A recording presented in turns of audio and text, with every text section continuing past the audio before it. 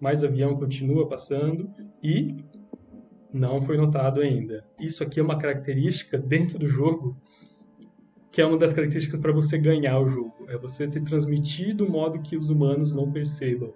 E o coronavírus fez isso muito bem, infelizmente.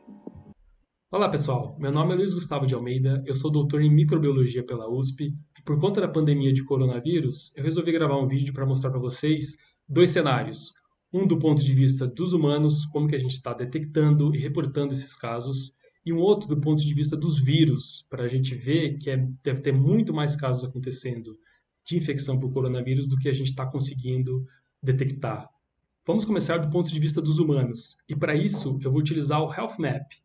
Ele é bem atualizado, ele está atualizado para o dia de hoje da gravação do vídeo, que é dia 17 de março, e até o momento 194.501 pessoas já foram infectadas pelo coronavírus. Aqui já está no cenário atual, mas se a gente clicar aqui em animar, ele vai voltar e vai mostrar para a gente desde o começo. Eu vou deixar aqui para rolando para vocês verem, comentando algumas coisas bem rápido, tá? Ele vai começar ali então em Wuhan, na China, meados de janeiro, já está se espalhando pelo Japão, casos confirmados já aqui nos Estados Unidos, Europa, França, na Itália em breve. No final aqui de fevereiro, a gente vai ver que no Brasil vai ter o primeiro caso, se não me engano foi dia 25 de fevereiro. Lá na China, milhões de casos já confirmados, já estava uma loucura ali no final de fevereiro. Na Itália, começou e é o que a gente está observando lá que está acontecendo agora. Apareceu lá no Brasil e olha aqui os Estados Unidos como que eles estão atualmente ou como que está lá a situação agora. Aí ele chegou até o dia 16, então ontem, e é isso aqui a situação que a gente tem. Utilizem esse mapa, eu vou deixar o link para esse mapa na descrição do vídeo, mas vão com calma, observem regiões específicas que vocês queiram, ele pode dar um zoom, pode ficar muito mais amplo em alguma região que vocês queiram ver, e se atentem para o fato aqui das datas. Acompanhe quando foi o primeiro caso reportado e quando começou a ter muitos casos reportados. Qual que é o intervalo de tempo disso? Que vocês vão poder ter uma noção de quanto que a gente vai... uma previsão do que pode estar acontecendo no Brasil ou quando vai estourar o número de casos aqui, que deve ser em breve. Esse daqui foi do ponto de vista dos humanos. E como que a gente vai fazer para ver do ponto de vista dos vírus? Para isso eu vou utilizar um joguinho chamado Plague Inc. É um jogo relativamente famoso e fica cada vez mais famoso quando a gente enfrenta uma epidemia ou uma pandemia, como que é o que está acontecendo hoje. Eu não vou entrar em muitos detalhes do jogo agora, é só para mostrar alguns cenários que eu queria comentar com vocês do ponto de vista dos vírus. A primeira coisa que a gente já observa aqui no jogo é que o nome que ele sugere já está errado, porque Covid-19 é o nome da doença, então é Coronavirus Disease. Disease é doença em inglês. Então, para mudar, a gente tem que dar o nome do vírus aqui no jogo. Então, é o SARS Coronavírus 2. Lá na China, começamos então o vírus a disseminar e uma pessoa contaminada apenas. Isso daqui a gente vai ver ao longo do tempo que vai escalonar muito rápido. E a vida segue, a vida continua aqui tranquilamente, como se nada tivesse acontecido, que foi realmente como que estava acontecendo no início da epidemia. Né? Outra ferramenta interessante do jogo, que eu vou pausar aqui rapidinho, é que ele mostra também como que é feita a transmissão desse vírus, que a gente está controlando aqui, que a gente está observando, e quais que são os sintomas que ele causa nas pessoas infectadas. A transmissão é aquele clássico que a gente já está cansado de ouvir, mas nunca é demais falar, que é contato físico com outras pessoas. Então, aqui o problema não é que ele entra pela sua mão, é que você, com a mão contaminada, de alguma outra pessoa que já estava contaminada, acaba coçando os olhos, acaba colocando a mão no nariz, na boca, e é isso que faz com que você se infecte com o vírus. Não é porque ele entra nas suas mãos.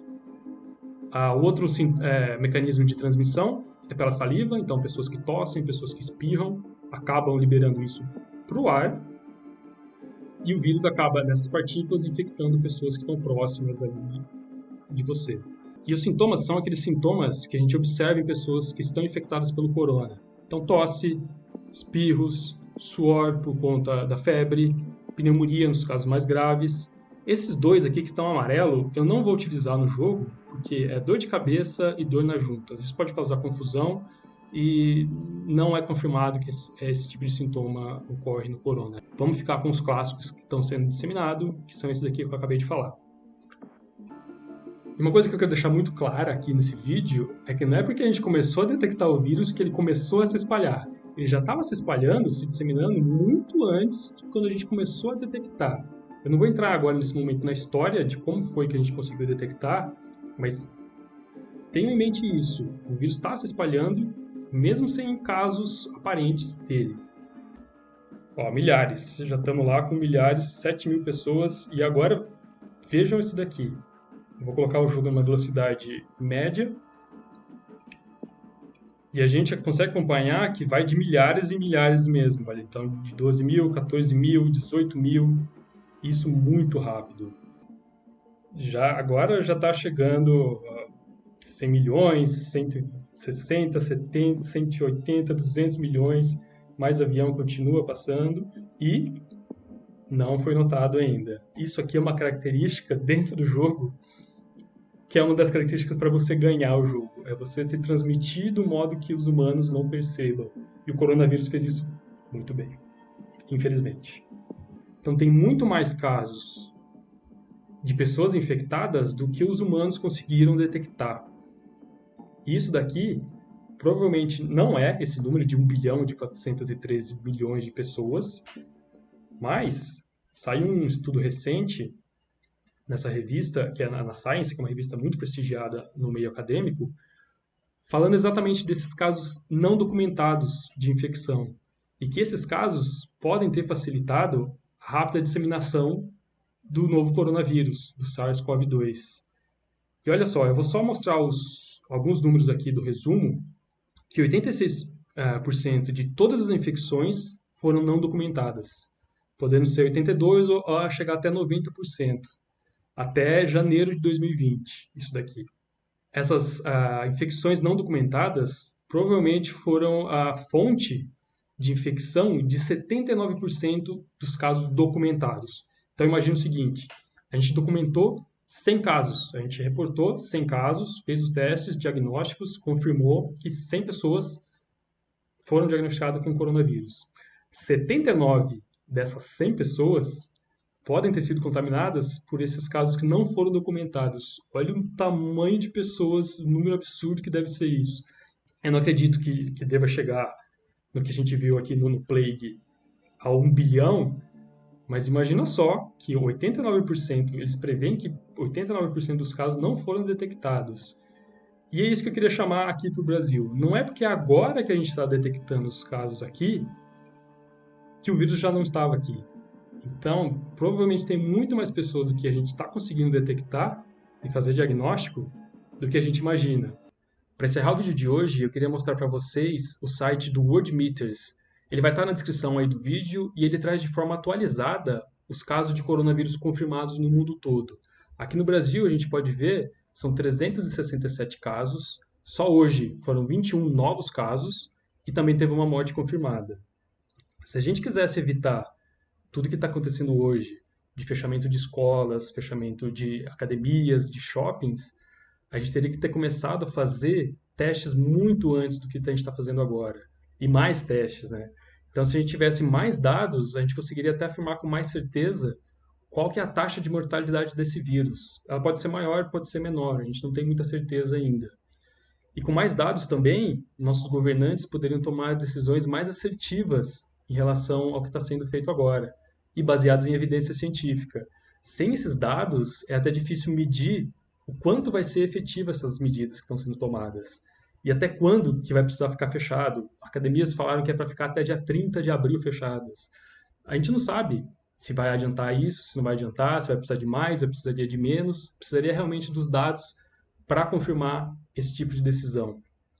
Enquanto o investimento em pesquisa e ciência não for um plano de governo e a longo prazo, a gente vai ficar vulnerável a todo tipo de vírus, não só novos vírus, mas também os antigos que a gente está acostumado aqui no Brasil, que são Zika, dengue, chikungunya, gripe e talvez até a volta do sarampo. Então, por enquanto é isso. Sigam as recomendações do Ministério da Saúde. Se você puder ficar em casa, fique em casa. Se você puder trabalhar remoto, ótimo, perfeito. Sei que não é a vida de muita gente assim, muita gente precisa sair para trabalhar, mas aí, se você sair, tome cuidado, lave as mãos, utilize álcool em gel. Essas recomendações do Ministério da Saúde são muito importantes. Por enquanto, então, eu fico por aqui. Vou deixar, de novo, todos os links ali na descrição. Comentem como vocês querem que a gente crie essa comunidade. Perguntas sobre o vírus, perguntas sobre a transmissão. Quero entender também um pouco mais como que é a demanda de vocês, como que tá, vocês estão se informando por aí. Não se informe só pelo WhatsApp, por favor, muito menos pelo WhatsApp. Beleza? Muito obrigado por ficarem até aqui e até o próximo.